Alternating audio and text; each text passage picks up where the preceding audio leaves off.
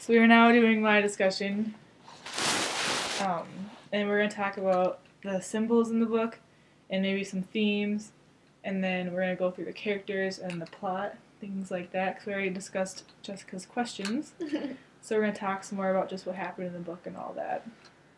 So I'm with the symbols here, Jessica. Let's talk about the symbol of gardening in the book. It happens first when Nathan wants to he decides to do a demonstration garden to show people that he knows how to garden and kind of get himself. He was so good at it. He was so good at it. In Georgia. In Georgia.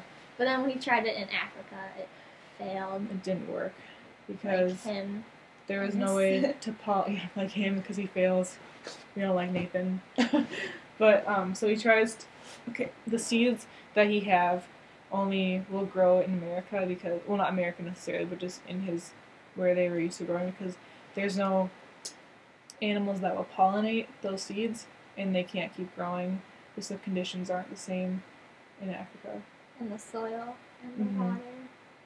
And everything is different. And the sun is probably different. What do you think? The climate is different. So all that led him to not be able to grow that garden. And Orleana ends up growing a garden towards the end of the book. Mm-hmm. And like, remember in my discussion how we said that she does think passive aggressively, and when she found out that Nathan was dead, she didn't say anything, but she started gardening harder. She grew flowers though, didn't she? Yeah, so when she was gardening, she like stabbed them. Well, she didn't stab the flowers, she stabbed the soil and stuff. Yeah. And then her garden looked better? Mm-hmm. Because of that. Because she's Orleana and not Nathan. Anyway. The next symbol that we saw in the book was the fish. And at one point they dynamite a river to get fish out of it because they don't have enough food. And then Nathan wanted to show off how much food he could get his way, but yeah, it failed. Because Nathan fails at life. Anyway, so those fish, they ended up, it just failed, basically. That's about it. And that might symbolize just the same thing with the garden, that Nathan thinks he's all that, but sometimes he isn't all that. And they're coming to this new country and everything, and they think that they're on so much higher class than everyone, and they think because they're used to having slavery and all that, they think automatically coming in, they think that they're gonna just be able to do everything good. And I mean, some of the girls are worried about it, but especially Nathan thinks that he's gonna just be able to do everything. This is 90 years after slavery. Oh.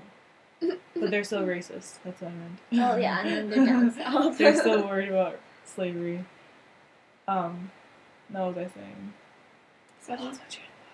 So then you, sorry. So is that why you think they wanted to help African people, because they knew that they needed help?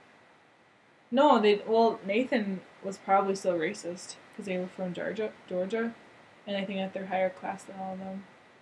And the symbols show that they really aren't. They actually can't live as well as these people who are here, no matter what they think. Right? Mm-hmm. What was the next one here? The green mamba snake was the next one we're going to talk about. It's a really big deal in Africa. It's deadly and poisonous and big and scary. Right? Yeah. Or is it small? It's big. Well, they probably look like they're big because they're scary. I think they're just long, not really long. Big. Yeah. Michael Scott. Michael Scott's right back there. There he is. So there's, with symbolizing of the snake, it's actually foreshadowing, I think, because they see it at first in the beginning. And then in this book it showed that Ruth May was scared of it. Mm-hmm. So Yeah, and then eventually the Mamba kills Ruth May. Wasn't there someone going around putting snakes on the doorstep of people or something? I think that was the witch doctor. I don't think he put a green mouth. He put a snake in the chicken house, and then Nelson asked to sleep in the Price's house, and Nathan said no, so he slept somewhere else. Well, I guess snakes in general could be a symbol because... Well, they're a symbol for evil for a lot of countries. And the fact that they were being placed on, in places on purpose is exactly a symbol because they wanted them to think something of it. The witch doctor had 6 toes. And that's how they found out who was doing the same thing because of the footprints? Well, they put flour all over them. Yeah, and they knew that it was the witch doctor because they could see 6 toes in the footprint. That was not very smart on his part. Yeah, do it 2 days in a row. Yeah. And how did Ruth May actually die from the snake? Did it get in the house? It bit her. Yeah, but how did it get in the house in the first place? Good question. I don't remember. Maybe they had dirt floors and they just kind of got in. I don't know. We should know by tomorrow. We will study that tonight. Next symbol is the Poisonwood tree, and it's also the title of the book we talked about in Jessica's discussion, I think. Poisonwood tree and the Poisonwood Bible.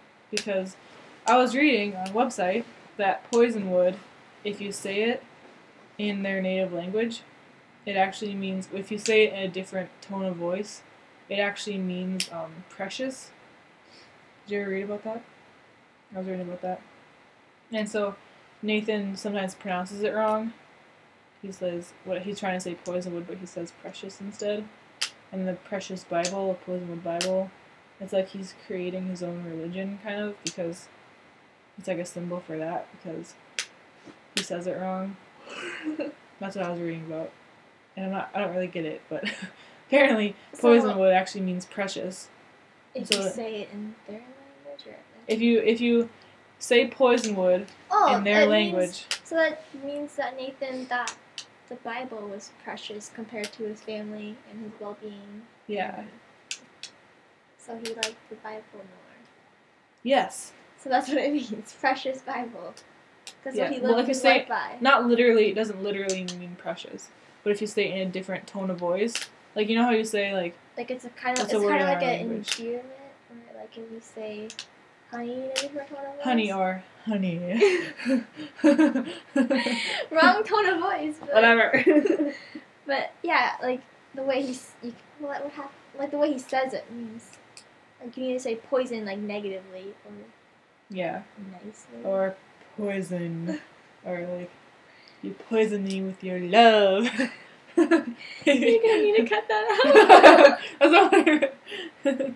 I wouldn't say it to anyone. I'm just saying if someone said it, it could be a different meaning.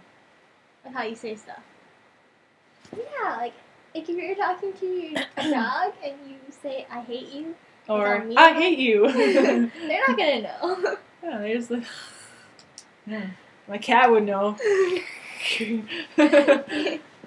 Anyway, the next symbol was, we're going to talk about the ants that invaded. We already talked about that kind of in Jessica's discussion, but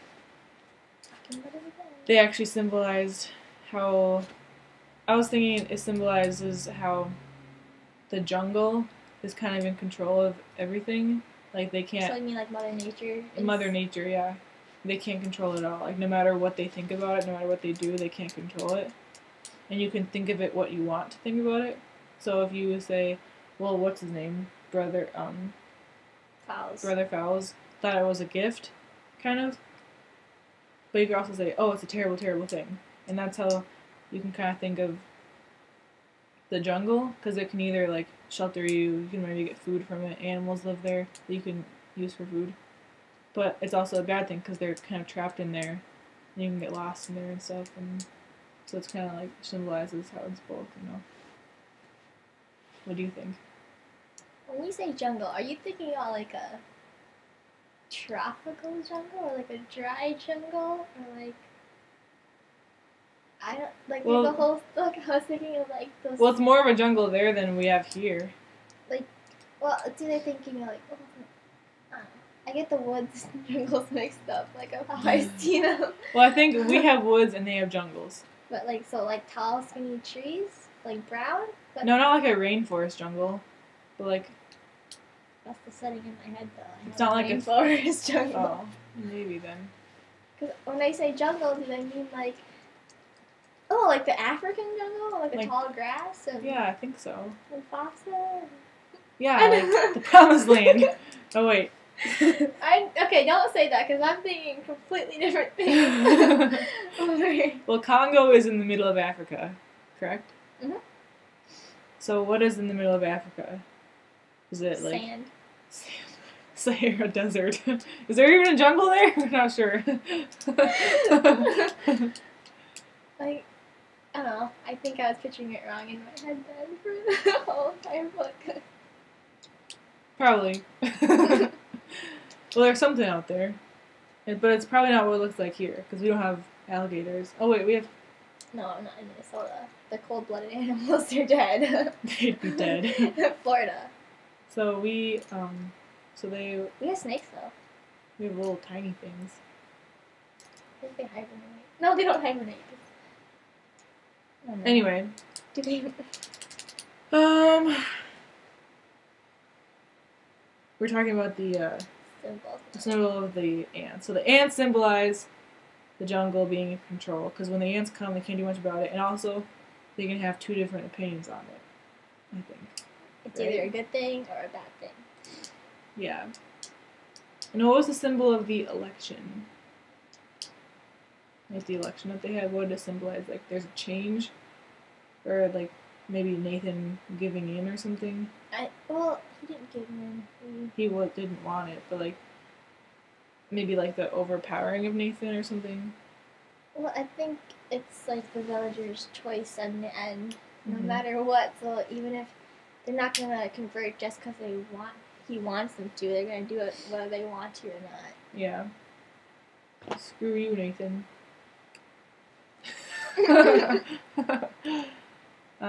So that's the election. Okay, let's move on to talk about our characters. Shall we? Yeah. You have that list? Yeah, here it is. I just have a list of people. My list of characters. My list of characters. We have Nathan, is it Orleana or Orleana? We don't know. Orleana. There's no movie, so we have nothing to base it off of. That's a Rachel, very uncommon name. Methuselah, The parrot. Leah, Ada, Ruth May, Chief's son, Gabenye. Gabenye, we're not sure. Tata. Tata Nadu, Tata Nu, Anatole. Anatole, Nelson, and Brother Fowles. So there's more, like the other Tata. Tata I think- you, I Tata think- me. I think Tata just means Like leader Mister. or mister? Because I call him Tata Price. Okay. that would make sense. Okay. So Nathan is the father of the family. He's the one who gets them going on this new Missionary ship. adventure. He is a preacher. What would you call him? A preacher, I guess? Minister, pastor. He's all of it, basically. Does he lead a church? Does he have his In own church Atlanta. in Atlanta? Do preachers, there's the ones that talk, and I don't know what pastors do. I think pastor is like the leader of a church, and a preacher is the person who actually preaches, so it can be the same person. So then who does the baptizing? The preacher is just like a different way of saying it, because preacher gives it a different job description. Like, preacher is like preacher is the person who actually gets up and like leads the church in a sermon. He leads the sermon. But then who does the baptizing? The preacher. But the pastor is like the leader of the church who actually keeps it going. But the pastor can be the preacher. Then what's the minister? I don't know. I'm Catholic. I'm a priest. Minister could be like the preacher because he does ministry, maybe, or like youth ministers. I don't know what that is. Maybe like a youth minister is the person who leads the children. Maybe, but okay, so he is a pastor, he's a preacher, and a minister. So he does all those things, right? Mm-hmm. And he's married to Orleana, and they have 4 daughters. One of them, the mother, Orleana, is shy. And she just goes along. She kind of. We're talking about what they are, what their character traits, and then what they think about the move. The mother is shy, but she accepts it because she wants to keep her family together and like wants to, do what Nathan wants her to do. Right. Yeah, because she's a housewife, so what else is she gonna do? She has to move with them. Because she just goes to whatever. Nathan tells everyone what to do. Rachel is 15. She's a princess. She's a beauty queen. Thinks she's all that. And we were talking about earlier how she's a lot like Nathan, actually. Because she's very everyone selfish. has to listen to her, kind of thing. Selfish is a good way to put it. She brings a lot of those. She brought a lot of the makeup and stuff, right, when they left. Mm-hmm. Things that she doesn't need. And then only nice clothes. Mm-hmm. She's only focused on getting married and having a good status. Yes.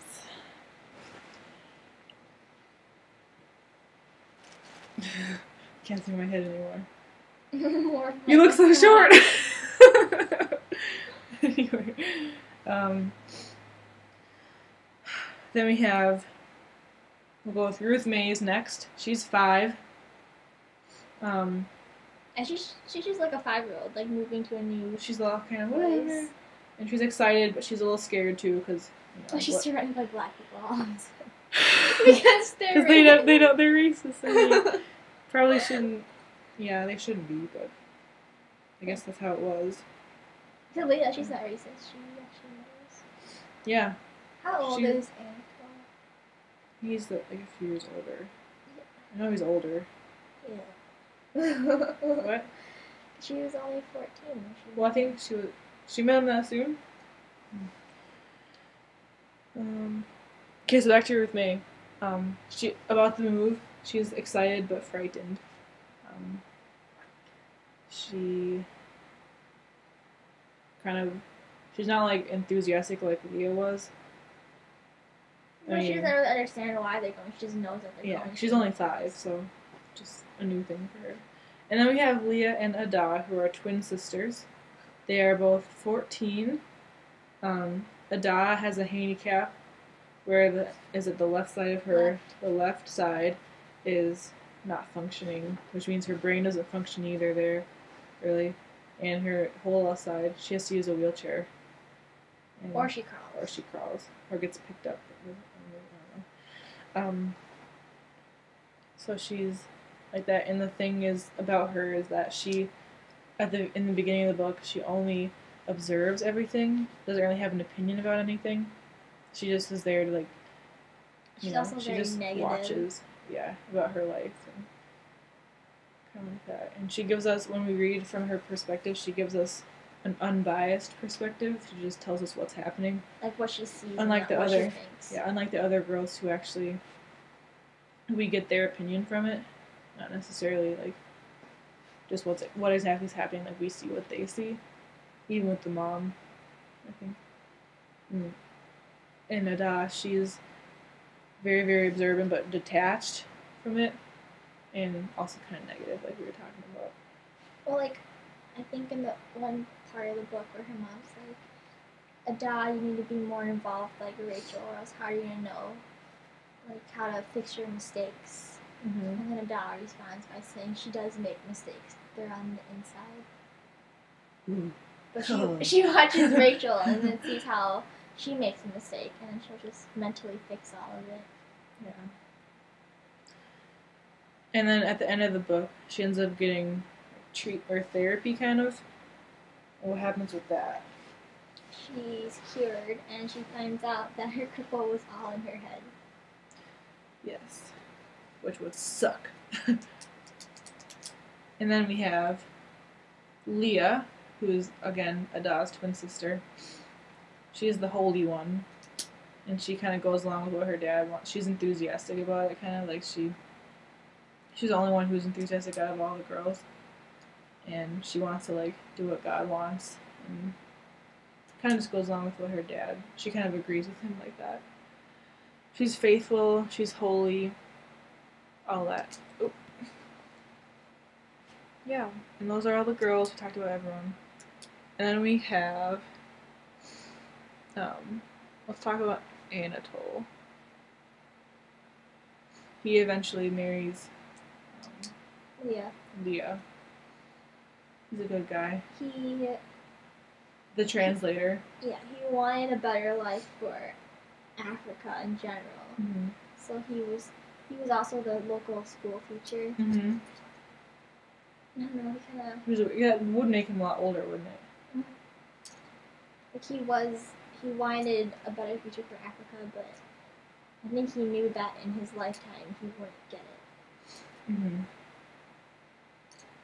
So he decided to do all that. So he's kind of, until he's driven.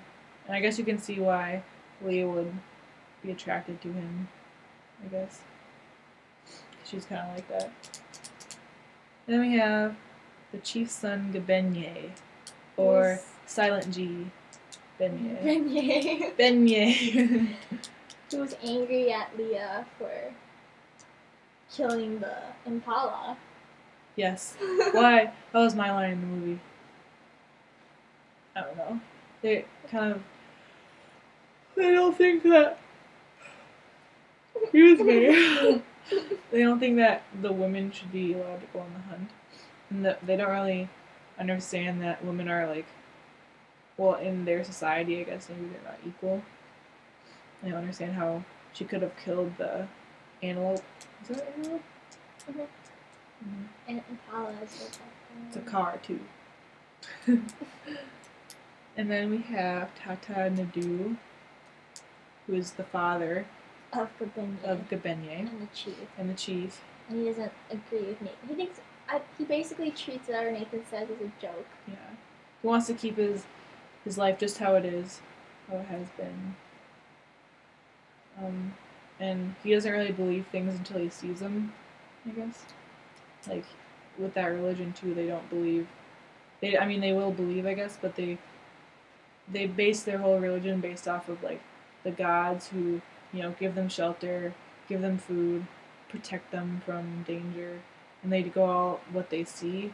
So then for Nathan... Well, I think they have a god for, like, their basic things, and then they rely on themselves to do things. Mm-hmm. And Nathan kind of says, like, you're always praying to God. You can only get with this God's help. Yeah, I think so they're more independent. Mm-hmm. And then we have Nelson. Who's the boy that lives in their chicken house. And didn't he, like, help them out and stuff? Mm-hmm. Yeah, he was a little boy. And how old was he? He was under 10.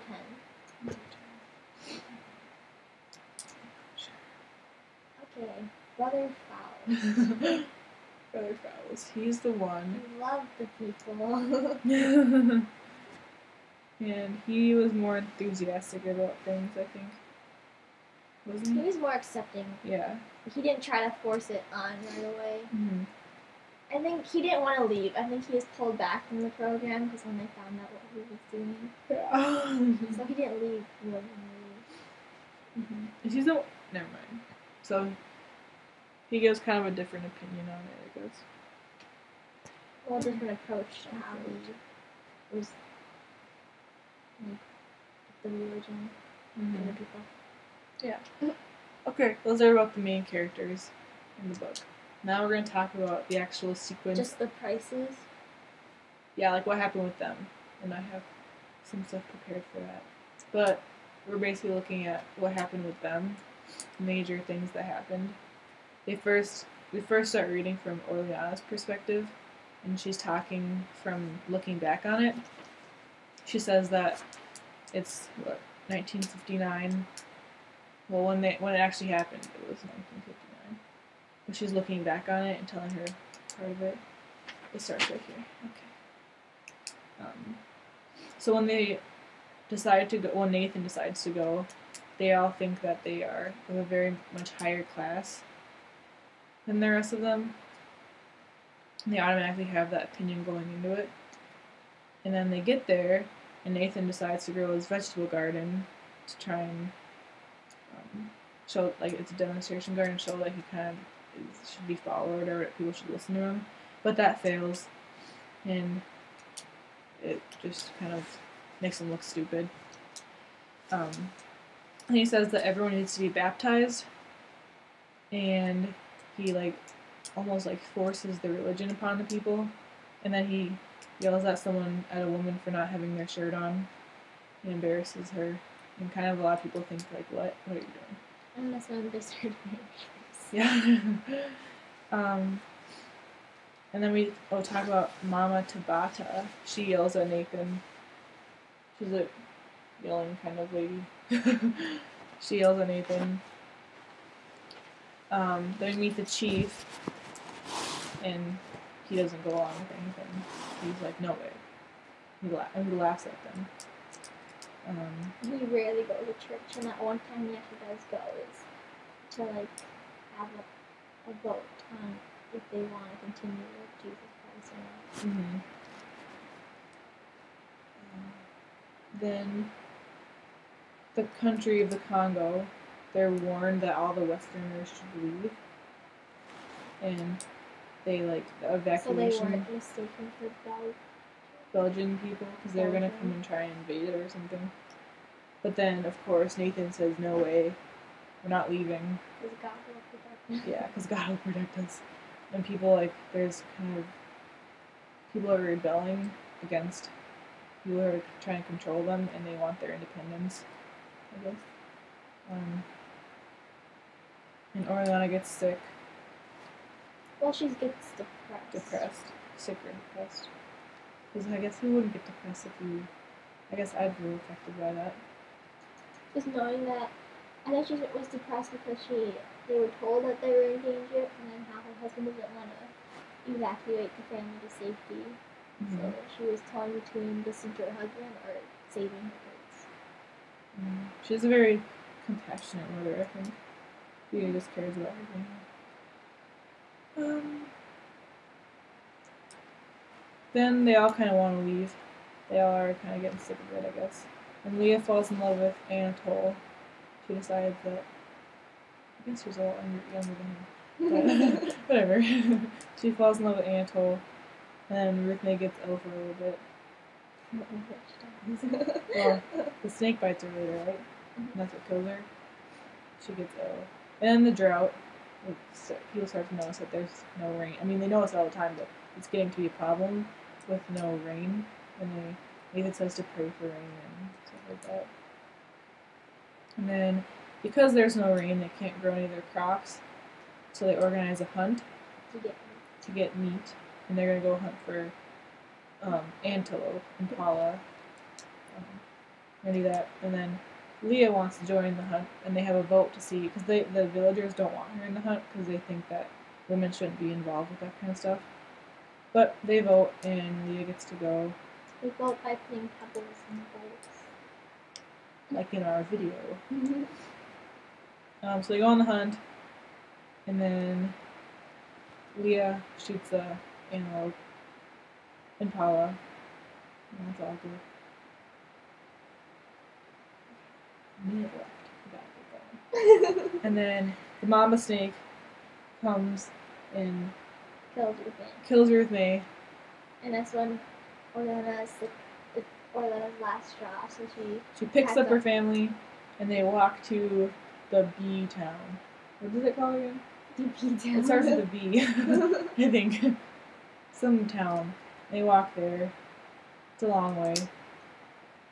It was the last straw that she had. And Leah gets sick on the way. Mm-hmm. But and she stays back with Anatole. Yeah, she stays back with Anatole. She's happy there with him.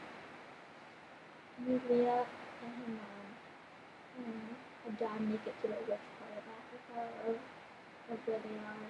That's when we just have to 3 times. And I think. Oh, look at our time. We are done. Goodbye.